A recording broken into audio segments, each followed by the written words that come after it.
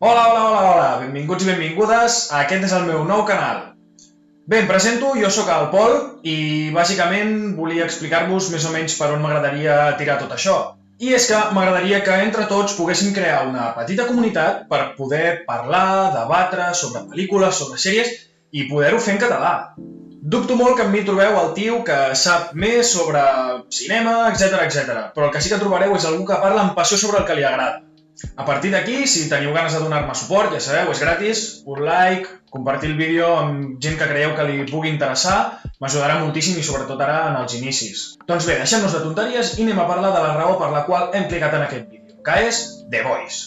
Bé, primer de tot m'agradaria fer una petita recomanació de la sèrie, sense spoilers, per tota aquella gent que encara no la conegui, pugui donar-li una oportunitat. I després ja passaríem a fer el que és la crítica de la temporada 1 de The Boys, sí, amb spoilers, per tots els que encara no hagueu vist la sèrie, que espero que la recomanació us hagi servit per engrescar-vos a veure-la. En el moment en què comenci a parlar de spoilers us avisaré i en qualsevol cas, un cop hagueu vist la sèrie, podeu tornar a aquest vídeo i veure ja el que és la crítica en ferm. Bé, doncs anem a parlar de The Boys. Què és The Boys? The Boys és una sèrie d'Amazon Prime amb una premissa molt clara i simple, i és que en el món actual existeixen els superherois. Per tant, doncs, tenim davant una sèrie de ciència-ficció, però alhora és una sèrie també dramàtica i d'humor, i és que té un humor molt característic, un humor més aviat negre, un humor negre que li ve molt claríssimament marcat des de la seva versió original de la història, que són els còmics, que són aquests d'aquí, creats per Garth Ennis i Darick Robertson. A tots els que us estigui agradant la sèrie, us podeu quedar tranquils, hi ha trama per estona. I és que, bàsicament, explicant la mateixa història, difereixen moltíssim en molts punts, i és que la trama principal l'han modificat completament per crear una història totalment diferent, tot i tenir, diguem-ne, les bases, el que assenta les bases dels personatges, de les trames, etc., és similar.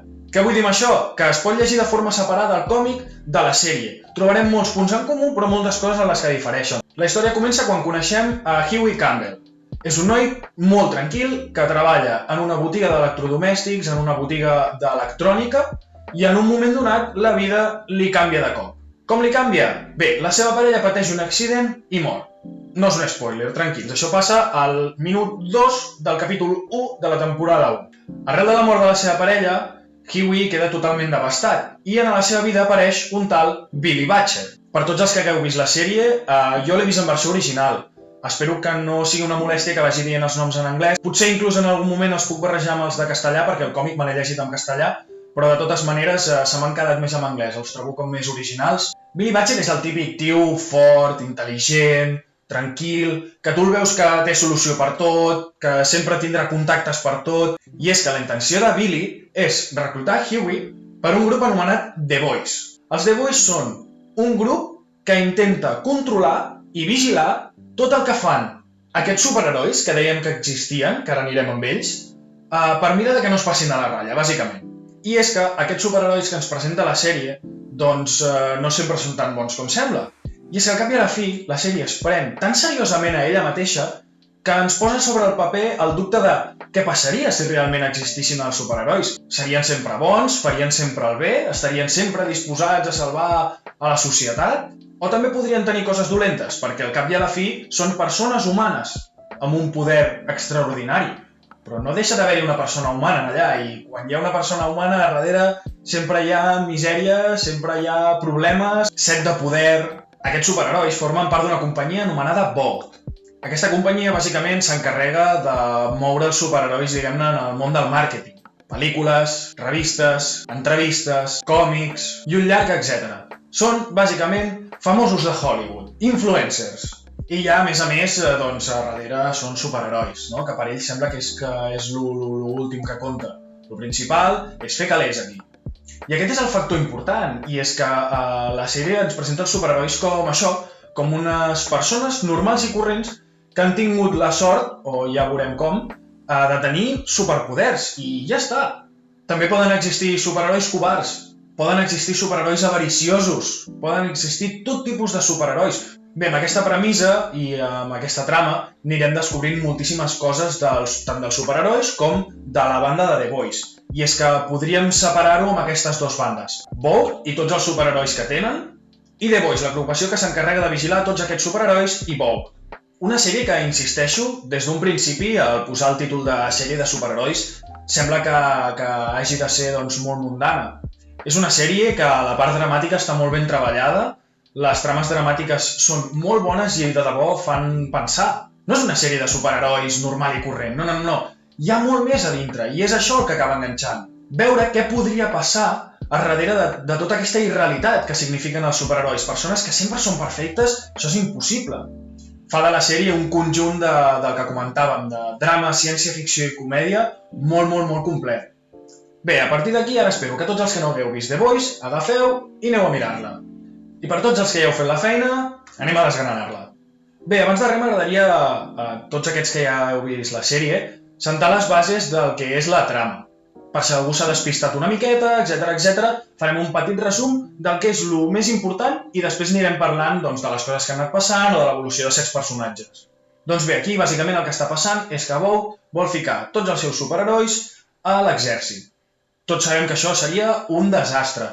I és que què ens han ensenyat els The Boys? Que és que els superherois no són més que 4 tontos amb poder. I és que aquest pensament que tenen els The Boys, que d'alguna manera ens han anat inculcant a nosaltres, es veu molt clar en el moment en què tant Homelander com Queen Maeve intenten rescatar l'avió. I és que el penjat del Homelander, sense cap tipus de sentit, acaba traient els làsers dels seus ulls i acaba rebentant tots els mandos de l'avió. No es fixa en res. Una persona amb un mínim d'entrenament ho faria tot amb moltíssima més serenor, i més sabent que Homelander és invencible. Ell és igual, entra allà, el més poderós, el més xulo de tots, i au, a prendre pel sac l'avió. I és que d'aquest tipus ens serà un constant. Estarem veient constantment, ens estaran demostrant constantment els superherois que simplement són persones amb un poder, i ja està. Però a darrere aquest poder s'amaga una persona humana, i una persona humana ni molt menys ho fa bé sempre tot el contrari. I és que tornant a l'escena de l'avió, Homelander ho diu, no puc parar aquest avió, bàsicament perquè la fricció, etc., no tinc un punt de pollo, etc. En una pel·li de Superman agafa, fa així, para l'avió i au, i aquí s'ha acabat. Per tant, és molt important com The Boys es pren tan seriosament totes aquestes coses. I personalment penso que el fet de que no neixin així, que se'ls injecti, fa que tingui més raó, que tingui més sentit aquest tema de que finalment només són persones amb poders, però al cap i a la fi persones. Bé, ara m'agradaria parlar de Hughie. Hughie a mi m'ha robat el cor. Hughie és un personatge que quan comença la sèrie sembla molt tranquil, tot això sí, li ha afectat d'una manera molt personal, i veurem com Hughie sempre està a cavall del que sent que està mal fet i del que sent que vol fer. I és que sí, darrere d'aquesta façana que té de bon nano, de sempre molt correcte, per dins la venjança el corromp bastant, Per mi, una de les demostracions de que Hughie sempre va a cavall d'aquests dos sentiments és quan en la lluita entre Translucent i Butcher, ell està a punt de marxar a la botiga i s'acaba parant un segon i acaba tornant enrere per donar un cop de mà a Butcher. En aquesta escena veurem per primera vegada a Hughie amb la cara ensangrentada, i és que això es tornarà una mica meme, per així dir-ho. Veurem constantment a Hughie sempre, d'alguna manera o altra, acaba amb la cara ensangonada. I bé, recordem que finalment Translucent acaba morint a mans de Hughie. Hughie, en un atac d'aquests que té ell, de cop tenir-ho tot molt clar i veure les coses molt clares, quan sempre està dubtant i sempre està pensant que ho ha de deixar córrer, que no pot seguir així, que no pot estar amb un grup de gent que mata, que extorsiona. Doncs bé, és ell mateix qui acaba apretant la bomba que té Translucent ficada pel recte, i és que aquest tipus de morts és el que jo comentava abans d'aquest humor negre molt The Boys. Al final acaben matant un superheroi i l'explosió acaba fent que tota la sala quedi absolutament vermella, tacada de sang, el Hughie un cop més amb la cara tacada de sang, i aquell pòster al fons, no?, d'un nadó amb la cara plena de pasta, plena de tomàquet, un pòster que en escenes anteriors ja semblava que ens estava dient més o menys què podria passar. De fet, la personalitat de Hughie és molt marcada, ja que amb Starlight sempre està passant exactament el mateix. Ell se sent atret per ella, se n'està enamorant, li agrada, etc. Però sempre sent aquesta culpabilitat, ja que està sentint com que se n'està aprofitant una mica, no? Sempre té el Butcher darrere apretant-lo per treure informació de la Starlight des que s'entera que aquesta és superheroïna, forma part del Seven. Doncs bé, per mi Hughie és un gran personatge bàsicament per això. La seva constant lluita amb si mateix sobre el que sent que està bé fer, sobre el que està fent i sobre el que vol fer. El mou la venjança, però d'alguna manera el mouen certes altres coses que em recorden aquí algun col·lega. I és que en algun moment se'ns deixa entreveure que Hughie sí està buscant la venjança de la seva exparella Robin, però d'alguna manera també se sent molt viu fent tot això. No només veiem que s'intenta venjar, sinó que a més va desenrotllant uns motius una mica més intrínsecs, no? Bé, passem a parlar de Butcher ara. Butcher és el que dèiem, no? El típic tio, fort, que té les coses clares, que té sempre solucions per tot. Per mi un gran exemple és la baralla que veiem amb Translucent, doncs que li escup sang a les mans i a la cara per tal de poder veure més o menys per on queda. És això, és un tio amb solucions per tot. Després ja passem a veure tot el seu passat amb la Becca, tot el que va passar amb la seva exparella. Inclús durant moments de la sèrie ens donen espais per pensar teories del que hagi pogut passar amb aquesta dona. I és que la sèrie deixa de respirar les trames, deixa que te les pensis. Tu durant molta part de la temporada no saps exactament què li ha passat a la Becca. Penses que l'han segrestat, penses que s'ha escapat, que si ja no estimaven en Butcher, de si finalment va anar conscientment, se'n va anar amb Homelander o aquest la va violar. Doncs bé, en comptagotes anem descobrint tota aquesta història que al cap i a la fi és la motivació que té Butcher per estar on està i per fer el que fa. D'aquest personatge m'agradaria destacar bàsicament la seva personalitat. És un tio molt hilarant, sobretot pels que hagueu vist la sèrie inversa original. A mi aquest accent em flipa. Sé que l'actor Cal Urban és de Nova Zelanda.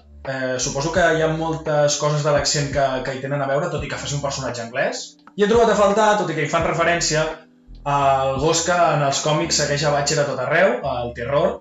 Sí que és cert, com acabo de dir, que en fan referència i entenc que per conveniències dels rodatges doncs sempre es diu, no? Rodar amb nens i rodar amb animals és molt més complicat, s'han estalviat tota aquesta part, però crec que li han tret una part de la personalitat de Butcher traient el fet de que no existeixi Terror. També descobrim que Butcher va acabar amb els The Boys arrel del que li va passar a la seva parella. I és que Mallory la recluta quasi de la mateixa manera que ell recluta a Hughie, que és enterant-se'n del que li ha passat a la seva parella i dient-li que li promet venjança. Per tant, també la sèrie aquí ens fa pensar que dos personatges que des d'un principi mai diríem que tenen una personalitat similar, si ens ho parem a pensar, igual les coses que els hi han passat poden ser el motiu, però que igual no són tan distants l'un de l'altre. Això sí, hem de tenir en compte que Butcher odia els súpers com ningú. Això, sobretot en el còmic, ens ho deixa molt més clar. Com ja he comentat, en el còmic sempre tot serà per 15, i quan dic tot és tot. La violència, el sexe, l'odi de Butcher cap als superherois. I és que en escenes que em venen arredament, com per exemple la magnífica escena en la que agafa un nadó i l'utilitza apuntant-los cap als guardes, genial, però tota la gent que haguem llegit el còmic sabrem que el Butcher del còmic en la vida hagués tornat a deixar aquell nen una altra vegada en el lloc on estava, tranquil. Butcher hagués agafat aquell nadó i vés a saber què li hagués fet. Per tant, una diferència bastant gran amb el còmic és aquesta. Butcher no només vol la venjança amb Homelander, sinó que a més busca l'extermini total dels superherois. Bé, abans d'acabar de parlar de Butcher, m'agradaria fer referència a l'speech que fa nombrant a les Spice Girls.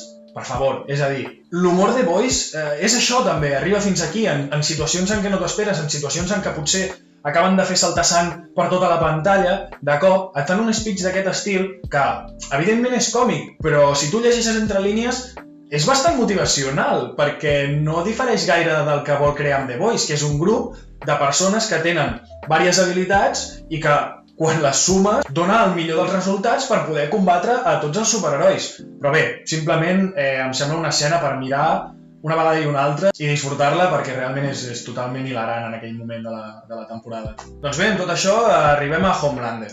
Homelander és el superheroi dels superherois. Des d'un principi ja veiem que els té a tots sota control, que li tenen respecte, por... Clar, tot això de cara al que veiem nosaltres, de cara al públic, doncs no, és el més famós, és el més patriota, és el típic somni americà fet persona, però res més lluny de la realitat. Té tots els poders per fer i desfer el que li doni la gana.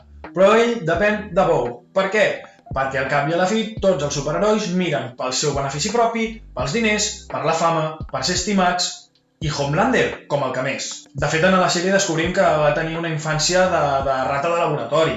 És a dir, ell va ser un dels bebès que va néixer ja directament amb poders, no se li va injectar a l'UV. Abans d'endinsar-me amb això, m'agradaria recordar que en els còmics, el personatge de Stewell és un home. Sí, el personatge és molt similar, és el típic cap d'empresa que sempre busca el benefici per sobre de qualsevol altra cosa, l'únic que li importa és la seva companyia i la prosperitat d'aquesta a qualsevol preu. De totes maneres, el fet de que sigui una dona ajuda amb aquesta història rara, no?, que té amb el Homelander i que tants bons moments ens ha deixat i alhora tants moments tan... Què collons acabo de veure, no? De fet, d'alguna manera veiem que per Homelander Stillwell significa com una mica la mare que no va arribar a tenir mai, no? En ella busca l'aprovació i a pesar del que comentem, de tenir com aquesta relació com de que li fa de mare, alhora també hi ha com una tensió molt sexual allà, és com un combo una mica estrany que ens fa entreveure doncs, que això, que Homelander no és precisament un tio que estigui molt bé d'aquí dalt. Sobre el que havíem comentat de l'avió, també hi veiem una escena on Homelander i Queen Maeve rescaten el robatori d'un banc, cosa que ens porta on te volia anar a parar jo ara. I és que alhora Homelander és un tio molt espavilat, ja que per no donar una mala imatge amb tot això, s'inventen, conjuntament amb la Queen Maeve, que l'home que estava intentant robar els dispara primer, de la mateixa manera que fan amb l'avió. Al final l'avió és una gran liada del Homelander. Ho aprofiten per dir en públic: oh, és que clar, si nosaltres haguéssim estat a la cadena de mandos de l'exèrcit, probablement hi haguéssim pogut arribar a temps i tot això no hagués passat. En realitat és culpa teva, tio. És que té més morro. Per acabar amb Homelander, per mi un dels grans moments és quan se n'adona que el seu fill no és mort, tot el contrari, i ho fa tot solet, tornem-hi. No és tonto, està boig, però no és tonto. I arriba solet, ja que tant la història que l'explica Vogelbaum, que és l'home que el va estar cuidant quan era petit, i la versió que li va explicar Stillwell. Ell tot solet, lliga caps, s'acaba tornant a visitar a Vogelbaum i aquest li explica la veritat, i a partir d'aquí Homelander perd la seva debilitat per trobar-ne una de nova. I és que, seguint amb les paraules que diu Queen Maeve en un moment en concret a Starlight, li diu que els punts dèbils dels superherois no són com a les pel·lícules. Tornem a tot el rotllo que la sèrie es pren molt seriosament a ella mateixa i ho fa des d'un punt de vista bastant realista, a pesar que estiguem parlant de superherois. I li explica a Starlight que les habilitats dels superherois no són la kriptonita i totes aquestes històries, sinó que són les mateixes habilitats que pot tenir qualsevol persona humana i són altres persones estimades per un mateix. La debilitat de Homelander acaba sent Stillwell perquè en ella troba aquests sentiments de mare que ell no ha tingut en la seva difícil infància. Però en el moment en què se sent traït per ella i troba la seva nova debilitat, la seva nova motivació, que és un fill amb la seva sang, quan ell es pensava que no estava capacitat per tenir-ne. La seva debilitat passa a ser el seu fill. A més, això juga molt en contra de Stillwell, ja que, a més, l'ha traït, l'ha mentit. Ell se sent traït per la Stillwell, se sent traït per la seva mare i acaba acabant amb la seva vida. Ja no la necessita i es treu un pes de sobre ell mateix, perquè Stillwell d'alguna manera és el que el feia seguir les normes, no?, que li imposava Vogue, i ja hem vist que ell per part seva té moltes ganes de fer les coses com ell les veu. Recordem que durant la sèrie nosaltres pensem o podem arribar a pensar que és Vogue qui està facilitant l'UV als terroristes, però al final veiem que és el mateix Homelander, és a dir, Homelander per la seva part també té ganes de fer les coses a la seva manera, també ho demostra el dia de l'speech que fa a Believe, on després de qüestionar el guió que li havia donat Stillwell, se'l passa pel forro i diu el que ell té ganes de dir i el que ell té ganes de fer i se'l veu més convençut i més agressiu. M'agradaria ara parlar de l'Starlight, i és que també el seu arc evolutiu m'ha interessat bastant. Crec que ha sigut per nosaltres una miqueta la nostra guia, no? Perquè nosaltres hem començat la sèrie sense saber de tot el que són capaços aquests superherois, etc. I ho hem anat descobrint una mica amb ella, no? De la mateixa manera que ella ho descobria a l'entrar al Seven, nosaltres ho anàvem descobrint amb ella. I és que en cap moment ens esperàvem que The Deep fes el que va fer, en cap moment ens esperàvem que de cop totes les converses que té el gran grup de superherois del món no és ni molt menys de salvavides, sinó de tants percents de beneficis sobre les pel·lícules, per què tu guanyes més, per què jo guanyo menys, per què tu tens més campanyes i per què jo en tinc menys. De tot això ens anem adonant una mica amb ella, no? I alhora, sentimentalment, per així dir-ho, amb els sentiments que ella tot això li va portant, també ens els va portant d'alguna manera a nosaltres. Ens anem donant compte de la realitat de tot plegat. Amb ella, per exemple, ens anem adonant de fins a quin punt és cruel una gran companyia com Vogue, que, per exemple, d'un dia per l'altre li vol canviar l'aspecte físic a Starlight, vol canviar el seu vestit de superheroïna per bàsicament sexualitzar-la.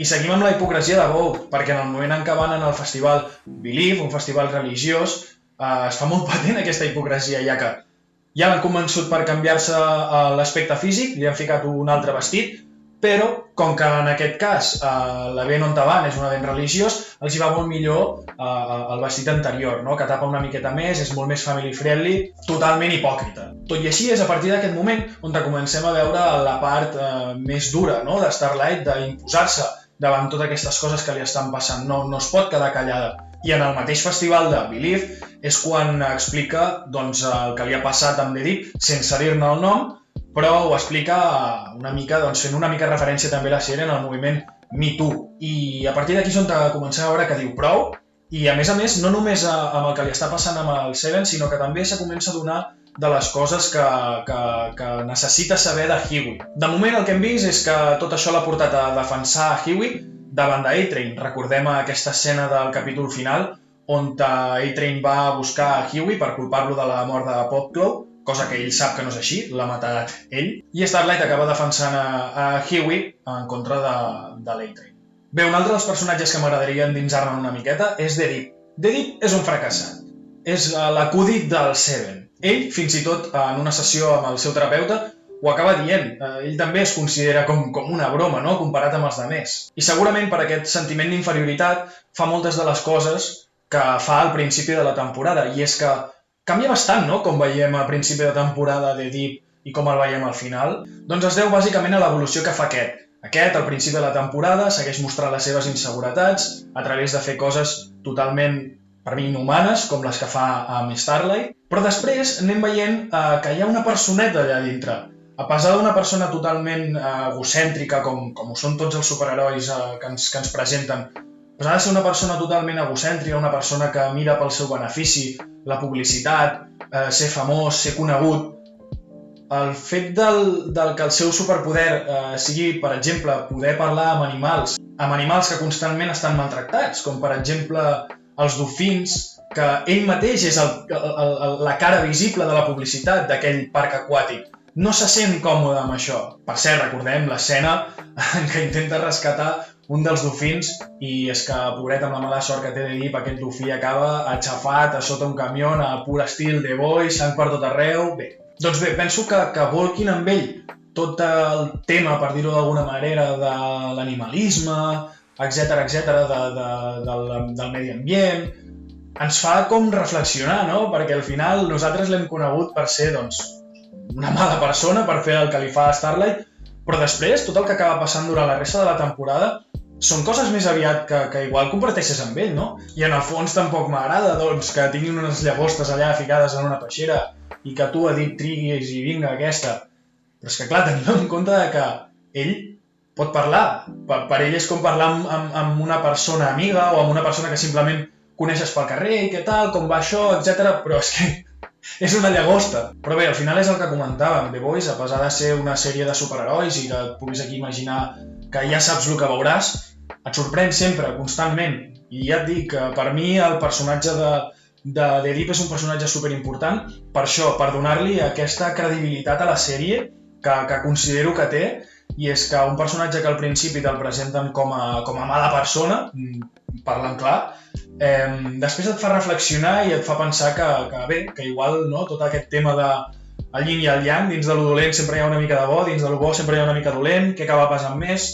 No sé, a mi aquest personatge m'ha fet reflexionar molt, per això per mi és un dels més importants o un dels que m'han sorprès més o que m'han agradat més. I bé, ja per acabar, trobo que tant la trama principal com les més secundàries s'han sabut portar molt bé, s'ha sabut fer entendre molt, per almenys en aquesta primera temporada, s'han sabut assentar molt bé les bases de lo que és la sèrie, de lo que és la trama, de lo que són els personatges i què podem esperar d'ells.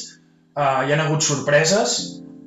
Considero que té un molt llarg i molt bon i exitós recorregut aquesta sèrie.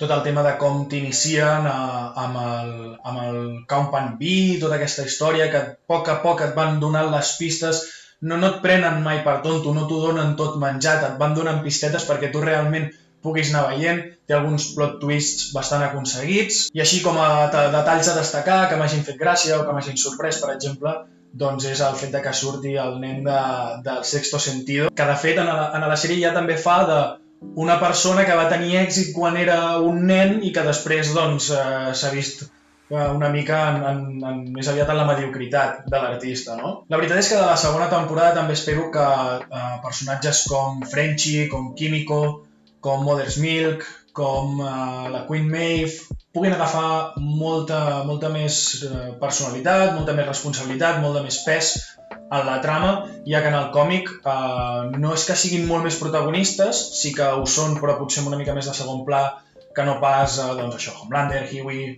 Butcher, etc. Però la relació que té, per exemple, Frenchie amb Kimiko em sembla algo molt maco, aquí es poden escarbar coses molt xules.